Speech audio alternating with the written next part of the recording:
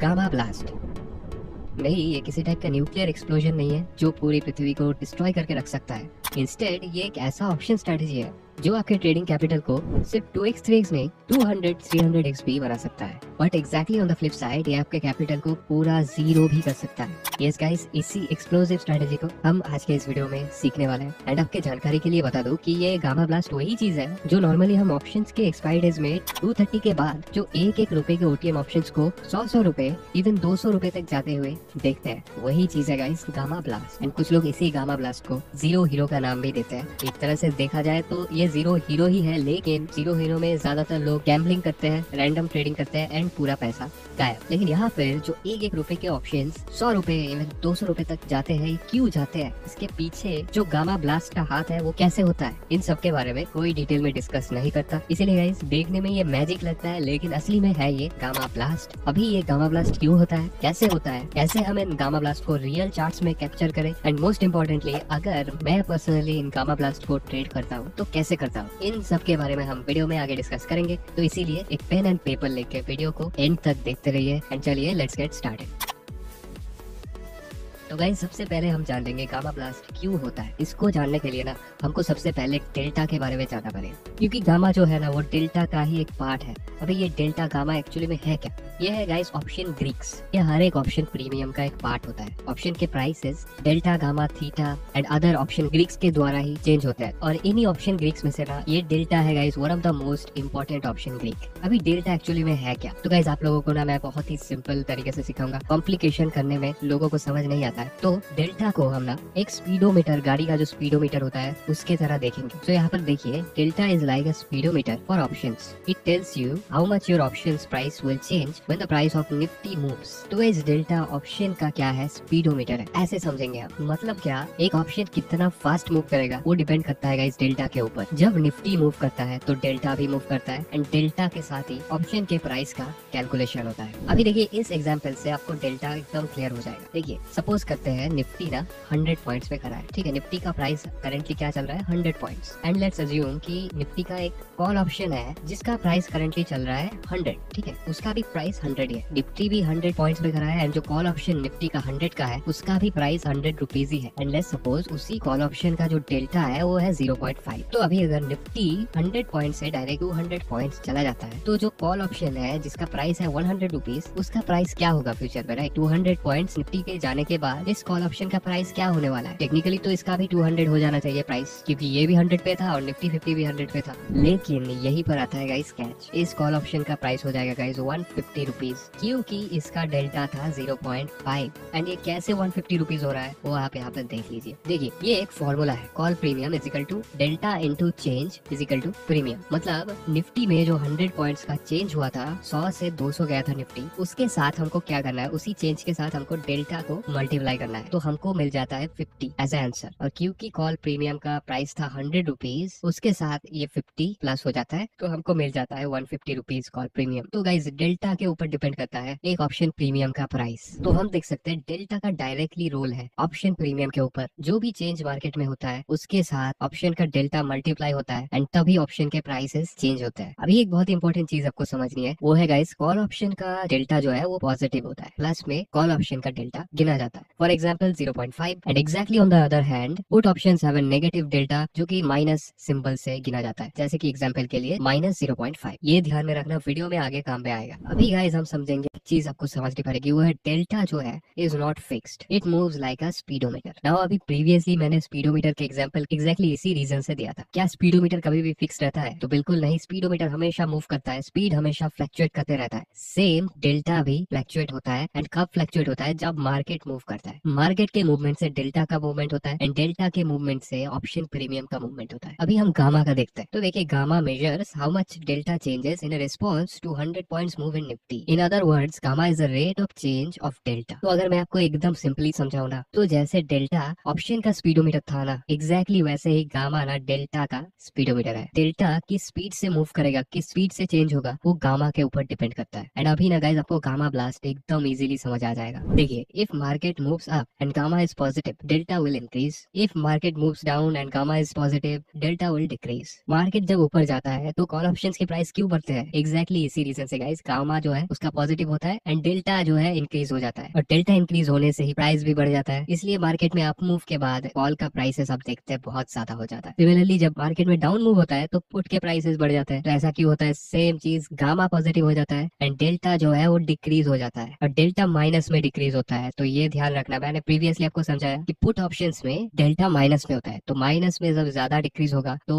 जो put options के premium है वो तो बढ़ेंगे ही, राइट? तो इतना ही सिंपल है गाइस। अभी बहुत ही इंपॉर्टेंट चीज guys, gamma is the highest when the option is at the money. ठीक है, एटीएम ऑप्शन में गामा जो है वो सबसे हाईएस्ट होता है, और exactly opposite way deep in the money and deep out of the money options have very low gamma as expiry nears. मतलब एक्सपायरी के आसपास जब होता है तब deep OTM and deep ITMs के जो गामा होता है वो बहुत कम होता है। लेकिन अभी एक क्वेश्चन आपके दिमाग में आ रहा होगा कि अगर ओटीएम ऑप्शंस का गामा लो होता है तो ओटीएम ऑप्शंस जो एक एक रुपए के होते हैं वो एक्सपायरी डेज में कैसे 100 रुपए पहुंच जाते हैं? तो एग्जैक्टली गाइस अभी वही समझेंगे। तो सपोज कीजिए गाइस, निफ्टी का करंट प्राइस है 25,000, ठीक है, एंड निफ्टी 25,000 से 25,100 तक चला जाता है। लेकिन निफ्टी जब 25,000 पे था तब 25,100 का ये जो स्ट्राइक प्राइस है, इसके जो कॉल ऑप्शंस थे वो क्या थे? वो गाइस एग्जैक्टली ओटीएम थे। लेकिन जैसे ही निफ्टी 25,000 से 25,100 तक पहुंच जाता है तो वही OTM options at the money options पे कन्वर्ट हो जाता है। एंड गाइस प्रीवियसली वीडियो में मैंने क्या बोला था कि एटीएम ऑप्शंस का गामा सबसे हाईएस्ट होता है और ओटीएम ऑप्शंस का गामा बहुत कम होता है। तो क्योंकि ये स्ट्राइक प्राइस ओटीएम से एटीएम में कन्वर्ट हो जा रहा है तो गामा में ना एक भयंकर ब्लास्ट हमको देखने को मिल रहा है। इसी को गाइस हम गामा ब्लास्ट बोलते हैं। लोग इसको जीरो हीरो बनाते हैं। This is the simple concept behind it. And guys ये है गामा ब्लास्ट का कर्व। ओटीएम ऑप्शन जब एटीएम में कन्वर्ट हो जाता है, स्पेशली एक्सपायरी डेज के अंदर, तब गामा का चार्ट कुछ ऐसा दिखता है। जिस ओटीएम का गामा ऑलमोस्ट जीरो के आसपास होता है वही एक सडन स्पाइक देके एटीएम बन जाता है। तो exactly guys this is the concept of gamma blast. And इतने डिटेल में आपको कोई नहीं समझाता, तो वीडियो अगर पसंद आ रहा है तो लाइक जरूर कर देना। और अभी चलिए गामा ब्लास्ट का जो सिंपल स्ट्रेटेजी है उसे भी समझ लेते हैं। सकते मॉडल 1 के जो रूल्स है वो काफी सिंपल है। सबसे पहला जो रूल है वो है गाइस टाइम जोन। कौन से टाइमिंग में ये स्ट्रेटेजी काम करता है वो यहाँ पर हम देख सकते हैं, आफ्टर 2 PM। तो जैसे कि हम जानते हैं जो गामा ब्लास्ट होता है वो नॉर्मली आफ्टरनून के टाइम पे होता है। तो यहाँ पर एक टाइमिंग पीरियड है जो कि है आफ्टर 2 PM। नेक्स्ट है गाइस मार्केट मूवमेंट। बहुत इंपॉर्टेंट पॉइंट है, market should not move more than 1%। मतलब क्या, कुछ कुछ दिन होते हैं मार्केट में बहुत ट्रेंडिंग डेज होते हैं, जस्ट मार्केट या तो पूरे दिन ही ऊपर रहता है या तो एक डाउन साइड में मार्केट पूरे दिन ही मूव देता है। हमें ये दोनों चीज नहीं चाहिए। हमें चाहिए मार्केट एक फ्लैट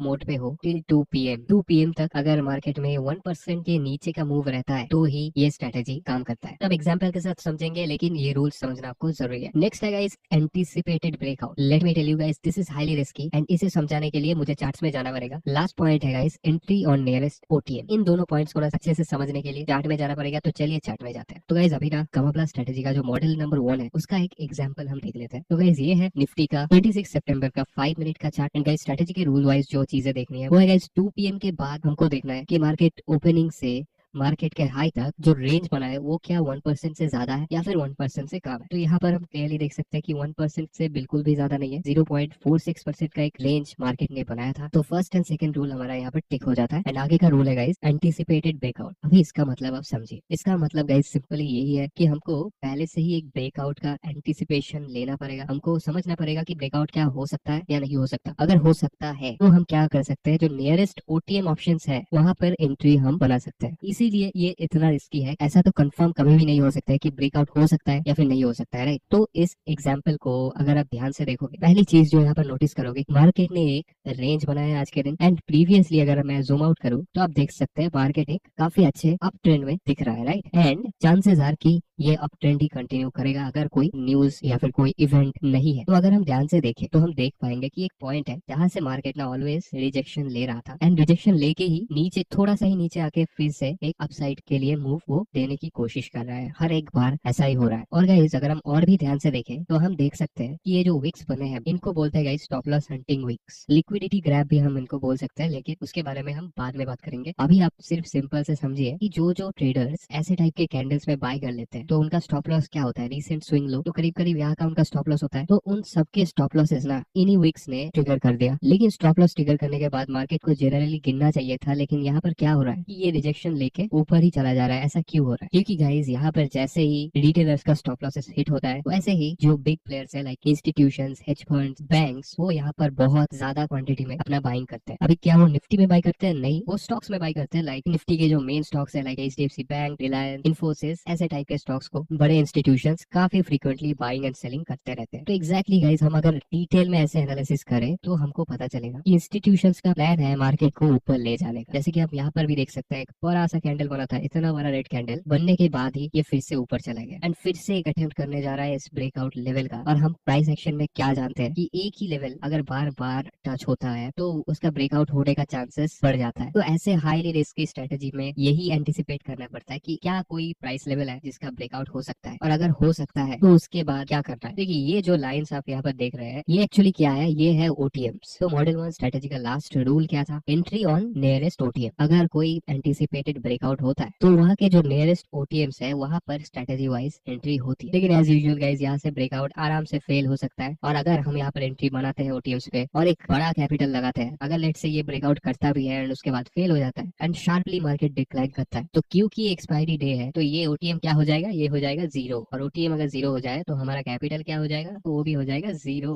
ठीक है, look guys, I am not discouraging you, मैं किसी को डिस्करेज नहीं करना चाहता, मैं आपको सिर्फ रियलिटी बोल रहा हूँ। मैं ये नहीं बोल रहा कि ऐसा हमेशा होगा। अगर ये लेट सपोज ये अच्छे से ब्रेकआउट कर जाता है एंड शार्प मूव से इस लेवल तक आ जाता है, तो ये ओटीएम क्या हो जाएगा, ये ओटीएम हो जाएगा एटीएम, एट द मनी में कन्वर्ट हो जाएगा। एंड एट द मनी में कन्वर्ट होने के बाद मैंने क्या समझा था, गामा जो है वो ह्यूज ब्लास्ट होगा उसमें। एंड गामा में ह्यूज ब्लास्ट होने के बाद क्या होता है, ऑप्शन का प्राइस भी वैसे ही ब्लास्ट होता है। इसीलिए तो हम रेगुलरली ऐसे देखते हैं, ऐसे सिनेरियोस हम देखते हैं और होने के बाद पता चलता है। एंड गाइस ये स्ट्रेटेजी वही है, होने के पहले अगर आप कोई एक्शन लेते हैं तो देयर आर स्मॉल चांसेस कि ऐसा सिनेरियो हमारे साथ भी हो सकता है। ठीक है, मैं पर्सनली अगर ऐसे टाइप के ट्रेड्स लेता हूँ तो बहुत ही स्मॉल कैपिटल से लेता हूँ, जिसमें 100% क्या 200% भी अगर लॉस हो जाता है मुझे कोई फर्क नहीं पड़ेगा। ऐसे टाइप के मेंटालिटी से अगर आप ट्रेड करते हो तो शायद से ठीक है। अभी देखते हैं, चलिए यहाँ पर आगे एक्चुअली में क्या हुआ था एंड आगे के स्टेप्स कैसे होने चाहिए वो देखते हैं।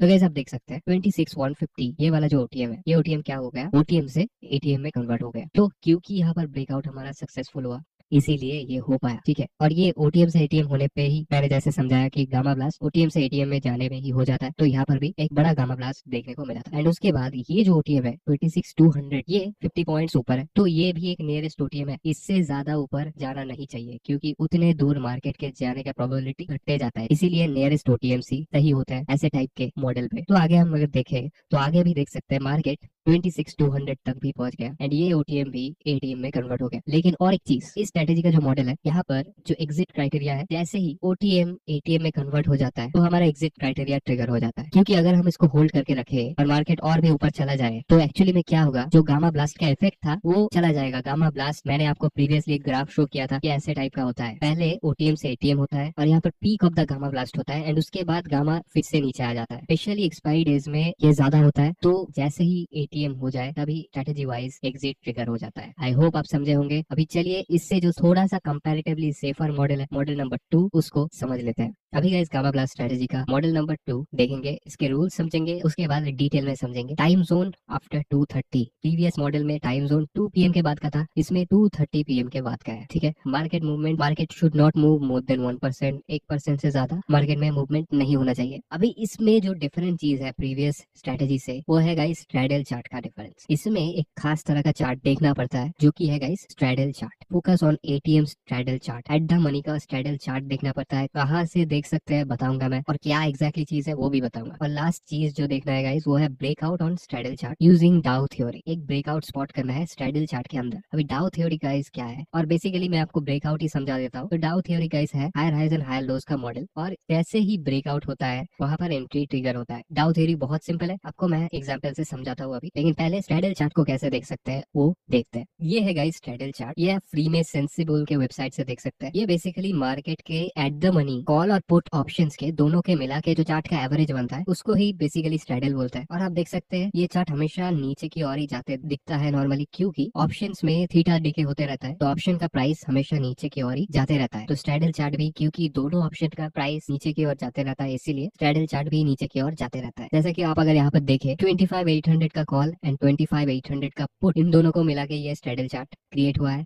एंड यहाँ पर ना गाइस हमको एक ही चीज दिख रहा है, वो है गाइस ऐसे टाइप का ब्रेकआउट। अगर स्ट्रैडल चार्ट में किसी भी स्विंग हाई का ऐसे ब्रेकआउट देखने को मिलता है तो स्ट्रेटेजी वाइज उसी ब्रेकआउट में एंट्री बनती है। लेकिन ये अप साइड में ब्रेक कर रहा है इसका मतलब ये नहीं कि कॉल साइड में एंट्री करना है, ठीक है। ये अप साइड में ब्रेक कर रहा है मतलब किसी भी एक साइड का ब्रेकआउट हुआ है, या तो कॉल या तो पुट, क्योंकि ध्यान रखिए ये है स्ट्रैडल चार्ट, ये दोनों को मिला के बना है। और किस साइड में ब्रेकआउट हो रहा है उसको जानने के लिए हमको मार्केट का चार्ट देखना पड़ेगा। वंस एक ब्रेकआउट होते ही मार्केट के जो स्पॉट चार्ट है, स्पॉट चार्ट में शिफ्ट हो जाना है एंड वहां पर देखना है कि कौन से साइड का ब्रेकआउट हो रहा है। वहां पर या तो अप साइड का ब्रेक होगा या फिर डाउन साइड का। तो अगर अप साइड का ब्रेकआउट होता है तो कॉल मैं नॉर्मली बाय करना पसंद करूंगा, एंड डाउन साइड में अगर ब्रेकआउट होता है तो पुट मैं नॉर्मली बाय करना पसंद करूंगा। इसमें एक स्ट्रेटेजिक अप्रोच है, एक सेटअप वाइज अप्रोच है, लेकिन ये भी गाइस बहुत हाईली रिस्की है, क्योंकि काफी टाइम्स क्या होता है ऐसे स्विंग हाई का तो ब्रेकआउट हो जाता है लेकिन उसके बाद भी फेलियर देखने को मिलता है किसी किसी टाइम। और गाइस अगर आप इस टॉपिक में और ज्यादा इंटरेस्टेड हो और डिटेल में सीखना चाहते हो तो आप क्या कर सकते हो, कमेंट में पार्ट 2 लिख सकते हो, तो मैं इसका एक और भी डिटेल पार्ट 2 ले आने की कोशिश करूंगा, स्पेशली इस स्ट्रेटेजिक अप्रोच का। तो अगर चाहिए तो कमेंट कर देना। अभी गाइस अगर आपको एक ऐसे स्ट्रेटेजी के बारे में जानना है जिसका एक्यूरेसी इतना अच्छा है कि मैं खुद पर्सनली उसे बहुत टाइम से यूज कर रहा हूँ एंड उस स्ट्रेटेजी में रिस्क भी बहुत कम है, तो वो स्ट्रेटेजी सीखने